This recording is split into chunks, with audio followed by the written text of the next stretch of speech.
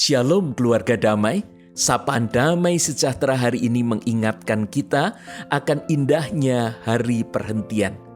Mari menyambut firman Tuhan dengan mengundang Roh Kudus dalam doa untuk menolong kita menggumuli firman-Nya.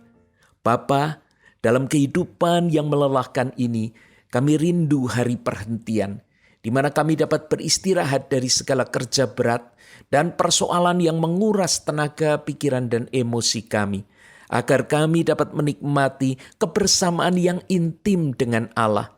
Terangilah kami dengan firman-Mu, agar kami dituntun kepada kebenaran dan mengalami kelegaan. Kami memohon dalam Kristus Sang Juru Selamat. Amin. Firman Tuhan hari ini diambil dari surat Ibrani 4 ayat 1-11. Saya akan bacakan ayat 1 dan 7. Bapak, Ibu, dan saudara sekalian dapat membaca ayat-ayat lainnya.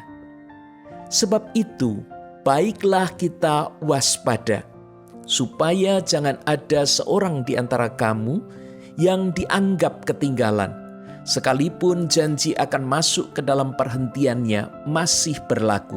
Ayat 7, sebab itu ia menetapkan pula suatu hari, yaitu hari ini, ketika ia setelah sekian lama berfirman dengan perantaraan Daud, seperti dikatakan di atas, pada hari ini jika kamu mendengar suaranya, janganlah keraskan hatimu.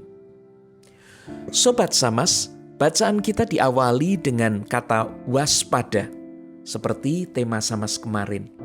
Kata waspada diterjemahkan dari kata phobetomen yang mengandung unsur sungguh-sungguh, bahkan ada unsur kecemasan. Kenapa demikian? Karena kita diharapkan jangan sampai ketinggalan. Kita harus memastikan kita tidak ketinggalan. Tapi ketinggalan terhadap apa? Ketinggalan karena kita tidak ikut masuk ke tempat perhentian. Bapak, Ibu, dan saudara yang dikasihi Tuhan, ada dua hal penting kalau kita bicara tentang tempat perhentian. Yang pertama, dengan siapa kita akan menuju sana? Kalau itu adalah orang yang kita cintai, maka kita akan senang dan bersemangat. Dan yang kedua adalah apakah memang kita tahu tempat perhentian itu seperti apa? Kalau kita memahaminya dan itu memang sesuatu yang indah, maka akan membuat kita dengan penuh motivasi ingin segera menuju ke sana. Memang bagian firman ini berbicara tentang hari perhentian. Ada 3 hal terkait dengan hari perhentian, yaitu yang pertama adalah hari ke-7 saat penciptaan alam semesta. Yang kedua, hari di mana bangsa Israel memasuki tanah Kanaan. Yang ketiga, hari di mana kita memasuki hidup kekal bersama Kristus. Muara ketiganya ada pada kebersamaan dengan Allah. Perhentian bukan menunjukkan jeda, tapi penyelesaian dari sebuah pekerjaan. Kita akan melihat bagian yang pertama, hari perhentian yang pertama, yaitu hari ke-7 saat penciptaan alam semesta. Kejadian 2 ayat 2-3 mencatat, ketika Allah pada hari ke-7 telah menyelesaikan pekerjaan yang dibuatnya itu, berhentilah ia pada hari ke-7 dari segala pekerjaan yang telah dibuatnya itu, dan menguduskannya. Pada hari perhentian ini kita diundang untuk bersekutu dengannya. Dan jika manusia memahami dan menguduskan hari perhentian ini, maka manusia akan memahami karya Allah. Bagaimana Allah menciptakan alam semesta ini, menciptakan dirinya, dan Allah mengajak supaya manusia itu boleh mengelola alam semesta ini. Sehingga semuanya ini bisa dipandang dengan penuh sukacita dan dilakukan dengan sukacita pula. Sehingga kehidupan di dunia ini akan dijalani dalam relasi bersama Allah. Baik dalam berkarya maupun membina hubungan dengan sesama. Semua itu didasari dengan relasi kita dengan Allah. Ketika relasi dengan Allah ini terputus, persekutuan dalam hari perhentian atau hari Sabat itu terkoyak, maka karya bersama Allah pun juga akan terkoyak. Jika manusia tidak lagi hidup dan berkarya untuk Allah, maka eksistensinya sebagai makhluk ciptaan tidak lagi berfungsi untuk kemuliaan Sang Pencipta. Dia hanya hidup untuk dirinya sendiri. Dan itu berarti tidak sesuai dengan rencana penciptaan Allah. Saat persekutuan terputus, maka akses untuk dipulihkan oleh Allah pun hilang. Tanpa relasi yang intim dengan Allah, kita tak akan dapat menikmati kebersamaan dengannya. Orang bisa saja mengatakan bahwa aku ingin sukses, tidak peduli tentang Kristus. Aku ingin sembuh meskipun tanpa Kristus. Bahkan ingin masuk sorga tanpa peduli siapapun pemilik sorga itu. Apapun akan dilakukan agar dia bisa masuk sorga. Bahkan kalau perlu mengusir si pemilik sorga. Ini sudah kelewatan sekali.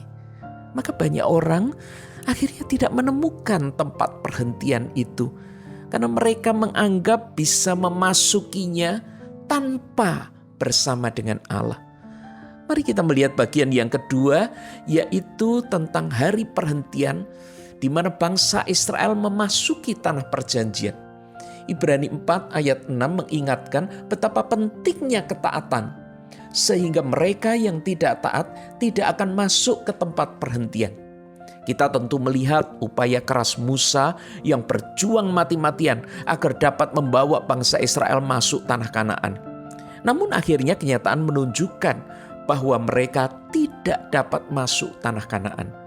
Kehidupan suci dan iman merupakan syarat masuk ke tempat perhentian. Tanpa keyakinan dan ketaatan, siapapun tidak akan bisa masuk. Bapak, Ibu, dan saudara yang dikasihi Tuhan, hari perhentian yang terakhir, ini yang ketiga, adalah kehidupan kekal bersama Kristus.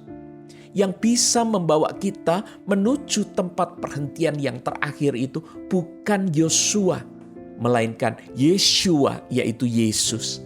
Dialah yang akan membawa kita ke dalam tempat peristirahatan yang terakhir ini. Dia akan membawa kita kepada Sabat yang sempurna. Kebangkitan Kristus itu menunjukkan kemenangannya atas kematian.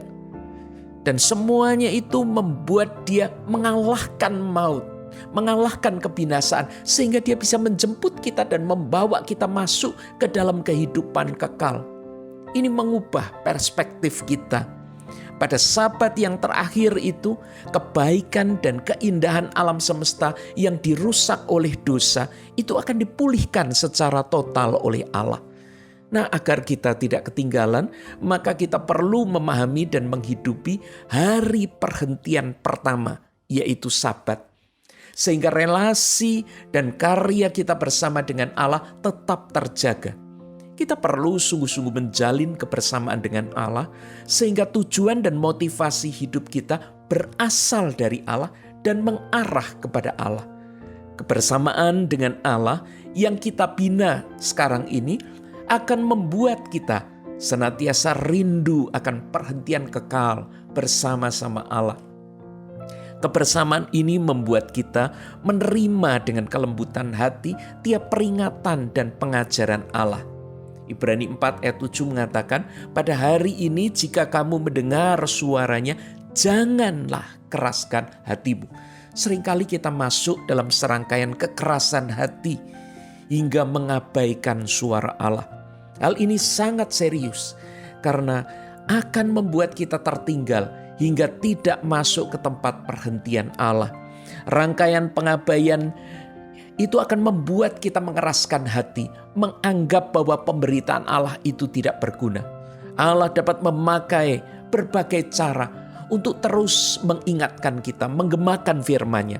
Ada peristiwa-peristiwa yang kadang mengagetkan, bahkan kegagalan kita, nasihat dan teguran dari orang-orang terdekat, dan banyak hal lagi bisa Allah pakai untuk menegaskan dan mengkonfirmasi firman-Nya.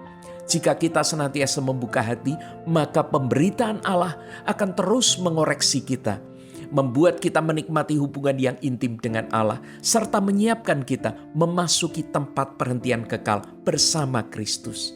Mari kita satukan hati kita dalam doa. Ya Allah, bawalah kami masuk ke tempat perhentian-Mu bersama-Mu. Kami ingin menikmati tiap Sabat bersamamu hingga Sabat terakhir, yaitu perhentian kekal. Berikan kami senantiasa kelembutan hati, agar kami senantiasa menyambut pemberitaanmu yang menyejukkan dan mengoreksi hidup kami. Kami serahkan seluruh permohonan kami dalam Kristus. Amin.